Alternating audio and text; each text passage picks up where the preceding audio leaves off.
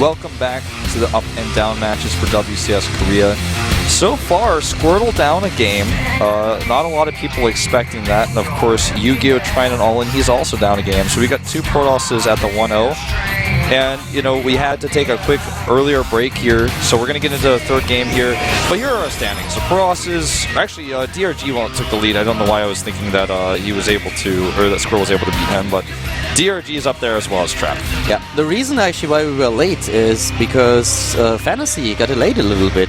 Yeah. We don't really know what exactly happened, but he arrived late for his group today, which also means that he doesn't have the preparation time that you would usually expect a player to have here. Yep. So it's of course his own fault, but he already started to set up his gear, so that's why we had the earlier break. But yeah, Fantasy really in a position. I mean, most of those players, the team houses are a little bit farther away, so maybe something happened on the way, or even a subway delay could have been the reason here. But every now and then you have maintenance problems in the subways. You know, maybe he took a taxi, there was traffic. Who knows? He probably took the SKT1 van because they have a van.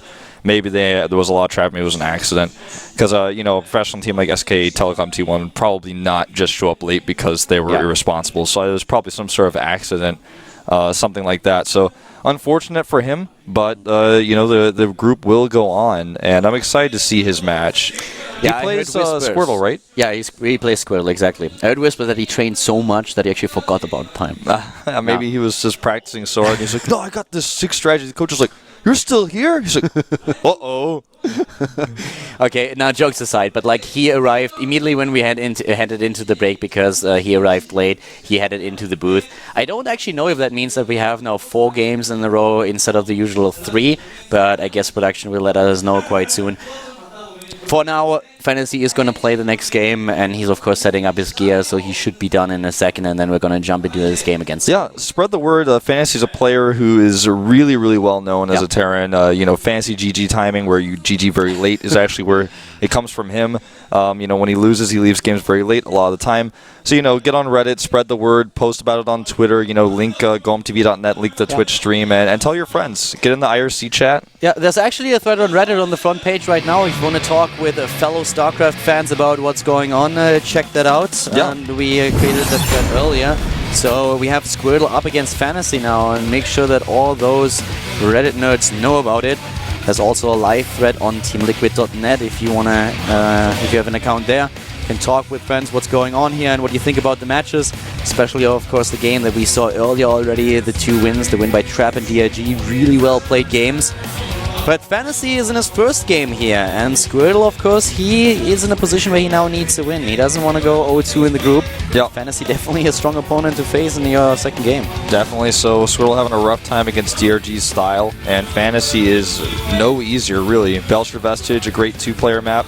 We'll see how well Fantasy has prepared in the booth there, showing up a little bit late, but maybe fashionably late here. Let's find out. This is the WCS Up and Downs for Korea with Caldor and Wolf.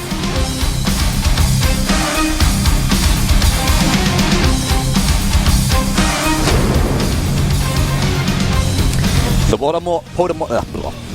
water Pokemon spawns to the top left of the map in green. This is LGIM Squirtle. Kind of butchered that one. I want to know if that gets cut out of the VODs, like if they cut that part out. Like somebody's watching the VODs right now, they're going to tweet at me and tell me. Jay is actually doing that, and he's like, oh my god, what was that? Like, let's cut that out. Bottom right of the map, we have in red the Terran player.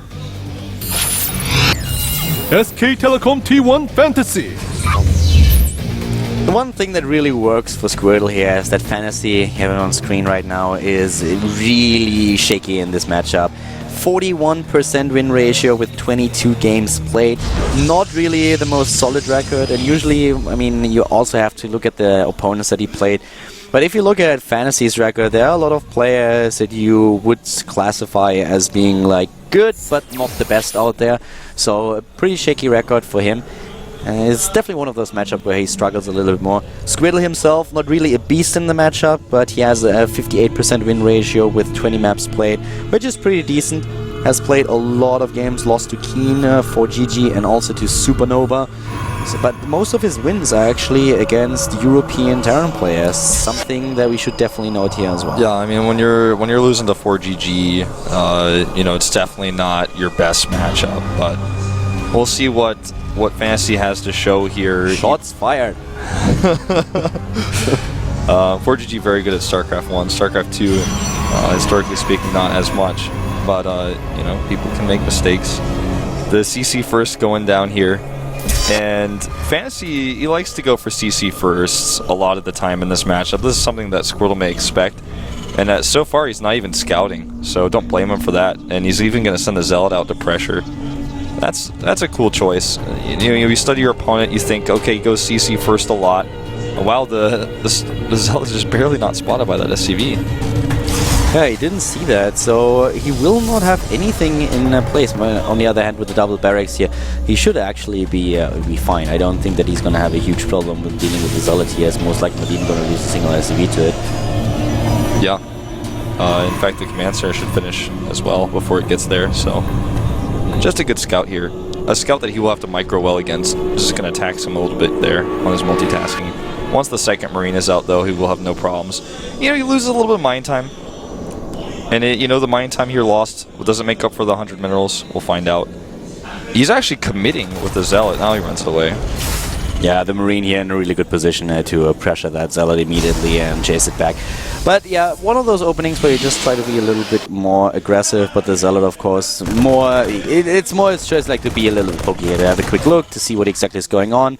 Maybe even able to take down SCV. That's sometimes what you can achieve if there's a later command center, not a CC first. In this case, it doesn't really work out. But what we have for Squirtle is actually a very, very fast Twilight Council. Yeah, very quick here. And we talked about this before. This very well could be for Blink. Blink builds, especially in Heart of the Storm, are so strong because you don't need the Robo for vision. You can use the Mothership Core, which is also great for Time Warp. So they're very, very strong. But we could also just see DTs, which I think is more likely, yep. But it could be either one. We see a lot of DT builds these days. It's just much more viable to go DTs. You can use them later on with your harass as well. You don't have to go all in on this. And now we have the Twilight Council already done. And it looks like we're going to see Blink here. And that's exactly what he's going for. With Blink, usually you have a lot... you commit a much more, I feel. Like, of course, the upgrade itself is going to be great in the late game as well and in the mid game. But usually when you go for a Blink build, you really want to hit a timing. Yeah, you absolutely do. And he's going for it, man. This is pretty nuts. Fantasy, if he doesn't scout this, might be in trouble. Because when you play against a Blink build, there's two things you want. The first one is stim, and the second one is a bunker in your main base, at least one. And he's going only Marines here with this build, because when you go CC first, you can't really get Marauders out that quickly. It's going to take him a little while. And he even goes Factory before he adds any Tech Labs to get Stim or get Marauders. This is actually going to be a really strong attack, and if Fantasy doesn't see it until it's too late, I don't think he holds it. No way. This is going to be really tricky, that's definitely true. The probe is now moving away, but this is something where Fantasy is going to look at the probe. Is he going to scout for the pylon? Yes. He will. Will he find it? I guess at this point... Oh my god, he actually moves back. Oh wow, he moved back. That was a mistake. I did not think he would move back. I really thought he would try to go to the right. He misses it. He misses everything. He sees the pylon, but there's no additional scan. He doesn't check what's behind the pylon, and that might be his downfall here. He's getting another bunker. He has an inkling that something is going down here, but with a blink, he can actually just blink away from the bunker immediately towards the main base. And once he goes into the main base, he's going to pick off that Tech Lab in seconds. See how exposed that Tech Lab is? There's no way you can save it. If he pulls SCVs to save it, he's going to lose a lot of SCVs. Blink is done. God. And here we go. He's just going to go right for the main base here. Has not been spotted. Blinks in. He can go right for that Tech Lab. He sees it, and he's going for it. Immediately. Time warp on the ramp. Beautiful. Really smart move. And bye-bye Stim. And this is horrible for Fantasy. Stim will be so late. He lost the Tech Lab. He lost everything. And this means no Stim for a long time. The Mothership Core goes down, which means he doesn't have vision anymore. He's going to actually have to attack at the front. He still may be able to break through. He has a lot of production right now. He has a lot of gas. And with only unstimmed Marines, he does have 2 bunkers. Exactly, he does have the bunkers. High ground vision is of course a big problem. Losing that is an issue. But still, as you already said, he can always poke at those bunkers right now. There is no Stim, and Stim is gone for a long, long time. He just moves in, takes down SCVs. He can always blink back. That's exactly what he does. Gets another SCV, reduces the amount of harvesters. 22 workers killed already. Yeah, and you know, when you're losing SCV mining time like Fantasy is right now, oh, you missed his click there. You just don't have the production to compete anymore. Stim is a long ways away, and eventually Squirrel's going to wear you down. And if Squirrel just walked away right now and just continued to get his upgrades, his double forge is done, he could still win the game that way. So this is no longer an all-in. He's done enough damage with this to where he can actually just walk away. Exactly. He did the damage, and now he can transition the double forge with the double upgrades. The sentry's back at home. Another mothership core is now on the way to the bottom right. And we all know that mules are pretty good. The question, of course, being, are they really that good? Because if you lose this many SCVs, if you're down to 28 harvesters against 52, your economy is in Paris, especially since we now have even more harvesters being picked off by the stalkers at the front. You know, if Stim was done, this is another story. You can't just do things like that. The Marines will kill you, but with Stim being cancelled there, he's just in such a bind. That third command center, on the other hand, is really helping Fantasy out now. If you lose this many harvesters and you have 3 CCs, that's when you have triple mule and you have triple SCV production, so you can really come back into such a game again. I also love those Widow Mines that were just highlighted at the front, but the bunker is once again very much exposed. Stim is still not completed, but we have Combat Shield nearly done, and also the first Marauders in the game. Yeah. And finally, he does pick off one Stalker. The Widow Mines here just barely not getting the Mothership Core. That was really close. But he checks here the timing of the medevacs. He wants to know when they're coming out. Is there a second starport? Is he expecting Colossi? And Squirrel's making the jump right to Templar in charge. He's going to be able to get some Archons out here. He's adding a few more gateways, which almost lends itself to mean he wants to go for a second attack to finish off Fantasy, because you know, he could have added a third base easily right now. He knows the army size is quite small. He's whittled it down. The big problem really here for Squirtle is that by now he should actually have won this game already. When Fantasy took down the Mothership Core, that gave him hope to actually win this game in the long run. Because with the Mothership Core still in place, Squirtle could have done this all day long. And now that's not the case. So I feel that Squirtle just for a second didn't realize that Fantasy was just out to take down the Mothership Core. He was really focused on his Stalkers and trying to keep them alive, blinking them away individually, and never really saw the target on the Mothership Core. And when he saw it, it was already too late. Yeah. You know what's funny is that scan that we saw from Fantasy, the second one in the main base, did not reveal anything. He's just totally in the dark here. Now he knows that charge is out at least. And that watchtower for just a second will reveal how small Fantasy's army really is. And even going to go for his Zealot run by. He sees the army's out of position, he goes for the run by. He's also got a strong force coming in here. This could be the attack I was talking about. He may commit here. Did he cancel Stim a second time, or did he cancel that by accident? I could have what? That was actually like nearly completed, right? Yeah, you know what? I think you're right. I think unless Stim is like takes longer than I think, I'm pretty sure you're right. It was at half when I asked you, so it's like he must have cancelled it by accident. I cannot see any other reason why that's so far behind. If I had the observing PC, man, I would definitely check. Yeah, I don't think that we missed an attack. Yeah, that definitely never happened. He must have accidentally cancelled it by mistake, which is a tragedy, really, because that really eliminated all of his aggressive timings. And if by some freak chance we're actually wrong, then it's just simply because Stim takes so long to research. But I don't think it takes that long. Yeah, he had Stim and also Combat Shield on the production tab, if I'm not mistaken, and then he must have cancelled that by accident. Maybe he just repositioned one of his barracks and chose the wrong one. I have no idea. Oh yeah, you know, that could be it. That could be exactly what it was. I have no idea how exactly that happened, but that was definitely a mistake. It doesn't come too much into play. He's losing his timing, so he lost them, but there was no attack where it was missing, so it could have been worse. It's a mistake that has barely any consequences for him now. Very true. You know, even if he wanted to be aggressive with his medevacs, he just doesn't have enough units, even if he did have Stim. And right now, Squirtle is ready to use Hydro Prump and blow that army out of the ground here. He's just got so many Templar, 4 of them with nearly half energy. Goes for the run by. Nice. He has the better upgrades. Really nice run by here at the third base. That definitely screws Fantasy's position up quite a bit. The big problem that we have is that Squirtle is also just going into 2-2, and Fantasy is a little bit ahead in the upgrades. So if you think about the position that we had in the early game, then Fantasy made actually a really good recovery. He's still behind, but this is a lot closer than it was before. You're actually right. We'll see. He doesn't commit to the attack, which I find a little bit strange. Is he going to walk those Templar over? It looks like he might. He doesn't have a 4th base. Squirrel misses the 4th base. His upgrades are behind where they should be. And these little things could give Fantasy the edges he needs to come back. No Warp Prism either for Zealot Warpins in the main base. He's just purely relying on these run-bys.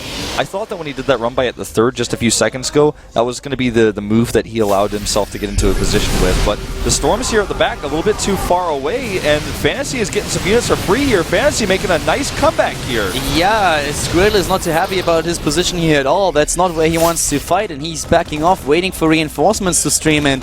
Going down on that third once more. This time we have High Templars actually going into the mix. Those Widow Mines are already in cooldown. Here come the High Templars. They need their stops, and they need them now, and they hit them, all of them. All of them. Even the Widow Mine's taking damage from those Storms. It makes the Archon, but he damages these units heavily, picks them off of the main army. But Fantasy, again, takes that supply lead. He has the upgrade lead for a few seconds longer, and he's getting Ghosts out right now. He's made the transition, but can he deal with, and when will he see the double Colossus production switch? Yes, and we have the fourth base, and that of course will help Squirtle with his income quite a bit. The army supply is in Fantasy's favor, and it's quite incredible if you think how the game started for him. He was so far behind in build orders, had such a big problem with the early aggression of Squirtle, but now he's the one who is actually in possession of more army supply, and he's looking to be aggressive, but against the Storm it's not going to be easy, and that Storm hit home. Storm hit home. The EMP was decent. The cannons here helping out just a little bit. Oh yeah, they do so much, especially against the Ghosts. No personal cloaking just yet, but that's going to help later on as well. Absolutely. Good EMPs here, but he doesn't hit the Templar that has all that energy. But he's still trading really well, and he's pushed forward here. Starts +3 faster than Squirtle. Bottom left, another attack at that third base. Has a few units over there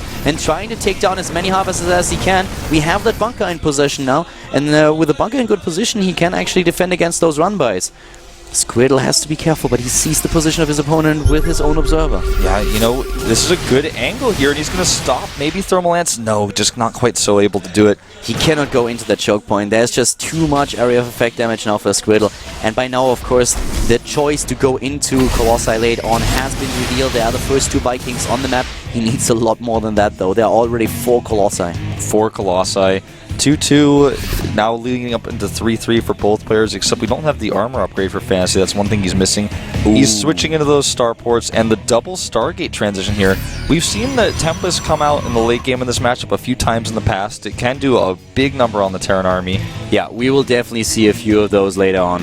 But at this point now, we have just the really massive army here for Squirtle, who is in such a great lead when it comes down to his income as well. Just looking at the resources that he banked up is already incredible. 2,000 minerals and all this gas. A lot of Protoss players will start to dump those minerals into Zealots for the run-bys. Wouldn't be surprised to see also Dark Shrine at some point, just to poke a little bit more. Yeah. Warp Prism speed's on the way, which also lends itself to that type of poking. Look at the harvester count, 72 to 66. So both players a decent harvester count, and Fantasy 66 is like exactly what you want for now because it gives you all the income you need plus the mules. But later, maybe in 5 to 10 minutes, he can start to eliminate some of those and use only mules once he gets the additional orbitals up. The observer speed that he's getting right now makes a lot of sense given that he's building double observer now. He really wants to have a lot on the map, and that would help him also against drops. But at this point, he doesn't have any, so the feedbacks are too late. There's also not a lot of energy on those few medivacs. The Storm is good, but he needs more than that. Yep, Storm good. He will run away from that Nexus cannon. There's a cannon here, a regular cannon over here. Will actually, well, he doesn't target it, but the Zealots should be able to push this back. Will Fantasy take this opportunity to go for the 4th base, though? That's the question. No, he doesn't. He's a little bit too reluctant here. And now the Marauders are being taken out. The 3-3 is done for Squirtle. He has the upgrade lead. But what an intense game, given the position that we had earlier. Yep. This is like crazy. He's trying to intercept the medivacs with another feedback, but that's already a little bit too late. Doesn't even have enough energy anyways to kill it. It is Tempest time. Tempest time. He actually has to trade some Zealots before he can do it because he's maxed out. But as soon as he trades a few Zealots, which he's making more gateways to do, he can definitely go into those Tempests. For Fantasy, it's an issue that he gets those bases so late. He has that 4th, but if that 4th is at some point taken out, then he is in a lot of trouble here. And Squirtle is already at a point in his play where he says, like, you know what, I have such a sick income, I need more production because I cannot get rid of my resources fast enough. If there's a final fight, I want to have enough gateways so that I can re-max immediately, and that's exactly what he does. He even adds another Cybernetics core because he wants to get those air upgrades, I guess. And look at how many Zealots he runs through here with. He's ready to trade them. He's basically saying, please kill my army supply. Maybe these Zealots will kill one Marauder. Turns out they get 2 Ghosts, which is definitely worth it. He draws the Terran army out of position, starts 3 Tempests with the freed up supply, and he's looking to do some serious damage to the 4th base over on the left side. The sensor tower, though, makes him a little bit weary of that. He moves back instead. Fantasy is trying to get the plating armor out, and I really like his choice to go into not only 1 nuke, but adding 2 additional Ghost Academies so that he can get more. If he uses them in a very tactical and strategic positions, he can actually maybe force Squirtle into a bad position to fight and take out a huge chunk of the army supply. Very unlikely, but he could try to zone him out a little bit and get access to one of those satellite bases that Squirtle has. Yeah, definitely true. I'm just really surprised we don't see any Warp Prism action. That's one thing that I'm really missing from Squirtle here. He doesn't have a lot of supply to spare, so I understand that. Squirtle is playing very passive in this game, and I feel this is a result of his position in the group. Him being down 1 game already and knowing that he needs to take this. I feel in a different position, Squirtle would have been much more aggressive in this game, which would most likely have resulted in a win for him. But he just doesn't want to overextend and suddenly run into a Stim Terran army in a bad spot that he can't take down and then lose his edge in the game. So he's playing the long, drawn-out game and just trying to starve Fantasy out. Yeah, Fantasy is really hungry actually right now. In fact, as he's adding 3 orbitals and he's getting ready to eat those minerals up. The Stalker's coming over here, may be able to get behind the mineral line. He loses 1 to the Widow Mine and that Planetary doing so a lot of extra damage. He needs to make sure he's far at the back. Now he's getting some damage done. This is worth it for sure. Yeah, definitely. I mean, he's taking down a lot of those SCVs already. The SCV count goes down. He killed 8 at this position. He is even killing more now that the units run in. Of course, that is going to end eventually. But 45 workers killed over the course of this game kind of tells the story already. But yeah, Fantasy still has the resources to go into triple command center right now, and in the late game he will be happy to trade those SCVs for mules and increase his army supply. So Squirtle is a bit on a clock here. For food for thought, you know, I think he actually let those Fantasy let those SCVs die on purpose. Now we have the Dark Shrine. A bit too late for my liking, given the resources that he banked over the course of this game already. But with the DTs, he can at least force out additional scans, and that's very important. That 5th base that he's trying to establish has already been cancelled. Squirtle really needs to start taking some fights here so that he can make use of his production and then start to overwhelm Fantasy. I agree. I mean, Fantasy's even going to take that 5th base for himself. He moves out to 2nd base so he can get an orbital and a planetary over there. He's adding Ravens in, which is, you know, I don't actually know why, because you know, he's not going to have enough for point defense drone to be useful. There's not enough Stalkers. It's got to be for the Seeker missiles. Is that going to work? I mean, Ravens are not going to absorb that. The big issue really being here that Squirtle is starting to lose a lot of time and he needs to be a little bit more aggressive than he already is. Yeah. Trying to get an angle here, because Fantasy, he is getting into a better and better position, using the nukes now against the right side of the map. And I am a bit afraid here for Squirtle, to be quite frank with you. If he doesn't make something happen here, in the long run he's going to lose too much. I agree, and I'm starting to worry about Squirtle's composition as well. He has a lot of Tempests. He may have too many Tempests. Some players argue that's not a thing, but there's so many Tempests here that his ground army is a little bit weaker, and he doesn't realize this. Uh-oh, EMPs are excellent on every single unit in the army. Where are the Storms? They're way too late. This is once again the battle between Storms and Ghosts, and we see now the Ghosts moving in. Finally, we have an Observer speed coming really into play here. A 3rd nuke being launched. He's got to do something very about adamant this. about this. Yeah, he needs to send that high temp line. And there is Storm and feedback, and the Ghost is gone. But another good EMP in the middle of the map where those Storms just don't come into play. I want an Oracle on the map. You know, these Tempests are not really getting any shots off. You put down a Revelation on top of that army, and then you have a totally different story. The Tempests are always shooting, but right now they just look like big paperweights because they're not actually shooting anything. They're finally starting to get some action here. Picks off a few units, hurts a medevac, but they're kind of dead weight supply right now. Squirtle should really start thinking about getting rid of a few of his probes, giving his massive back that he has, and only 2 mining bases.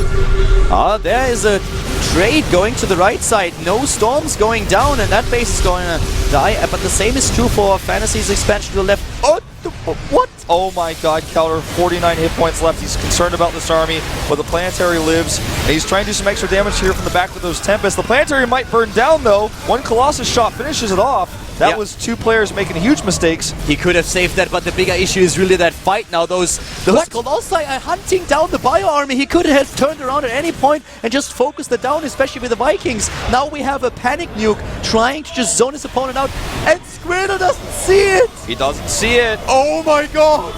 He doesn't see it. No way. Okay. All right. Well, he might lose those zealots. Hurts them a little bit. By the way, Tempest shots got absorbed by the point defense drones. I didn't know that. I actually have never seen that happen before. That is really weird. That's crazy. So I thought you knew. I didn't know. That's actually really weird.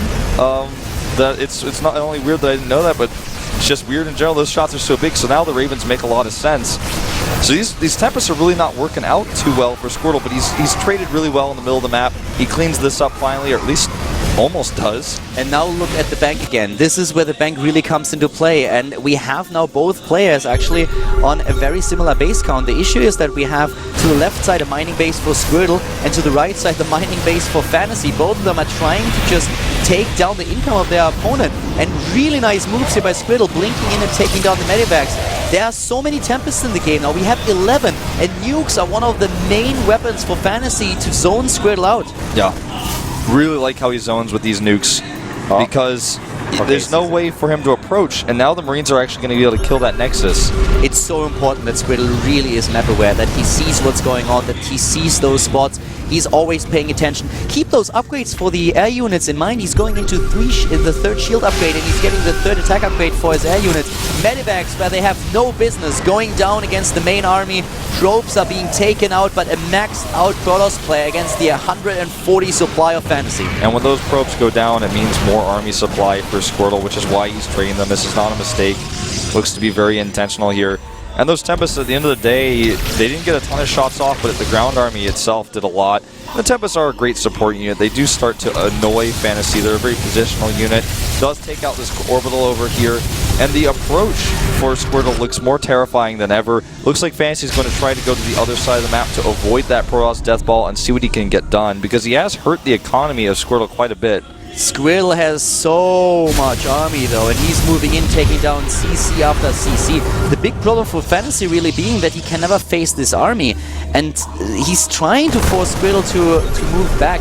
The problem, what I would really like Squirtle to do is just clean house at the bottom right, warp in a couple of High Templars at his own main base and make sure that he saves that. Use the storms on the choke points, delay Fantasy a little bit while taking down the entire production of the Terran player. I feel that's his best move here, and right now he's actually doing it. He's doing exactly that. Yeah, maybe he loses this base, but he's got the new base over at the 9 o'clock. Ghost is having some trouble killing his cannon, finally do. Squirtle's turning back?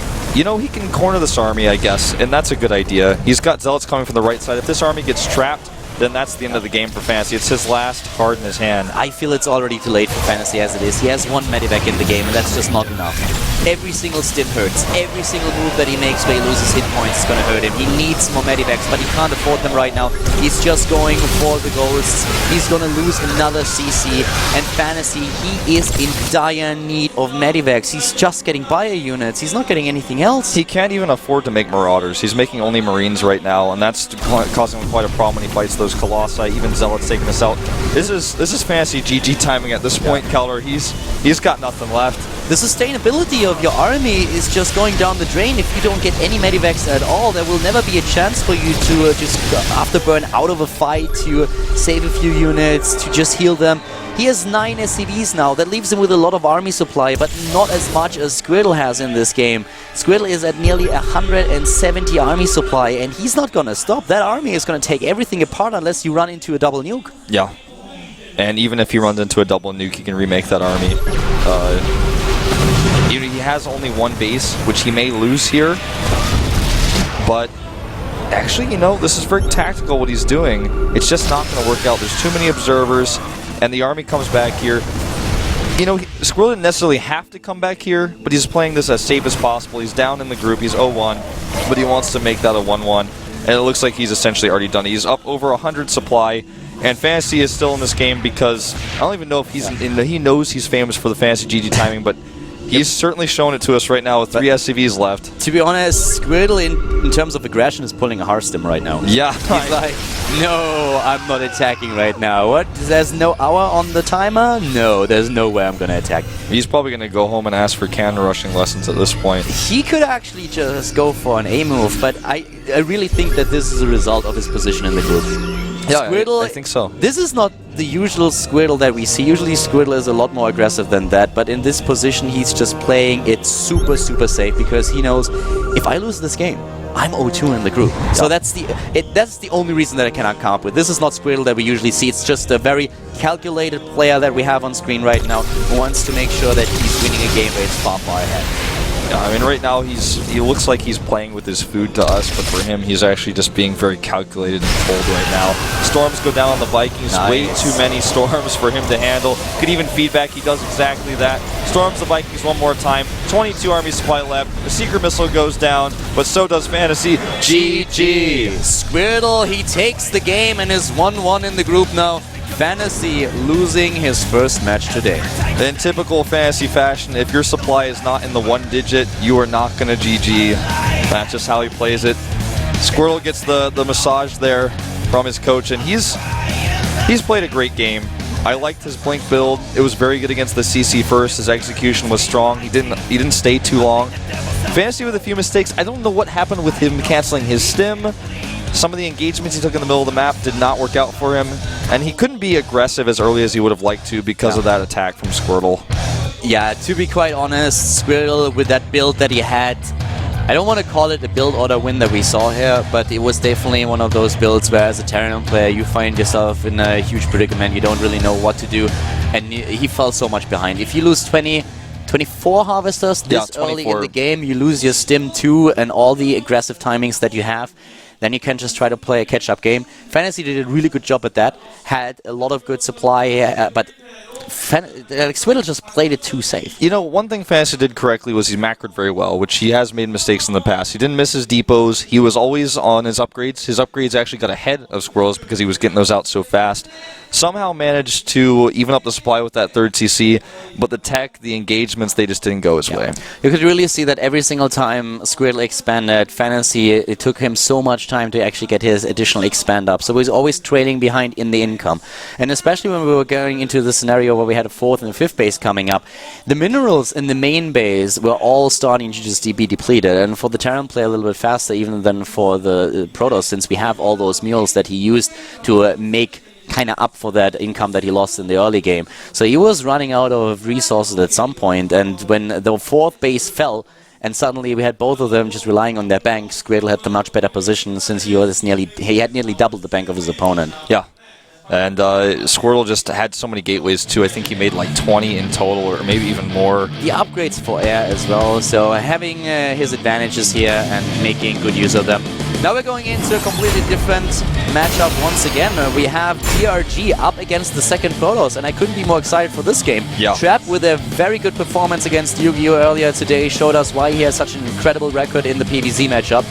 Dong Ragu, on the other hand, really dominant against Squirtle in Game 1. Yeah, he's looking good in this matchup. His style is holding strong.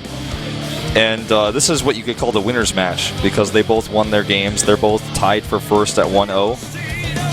Trap defending an all-in very nicely, and DRG, on the other hand, just playing his style.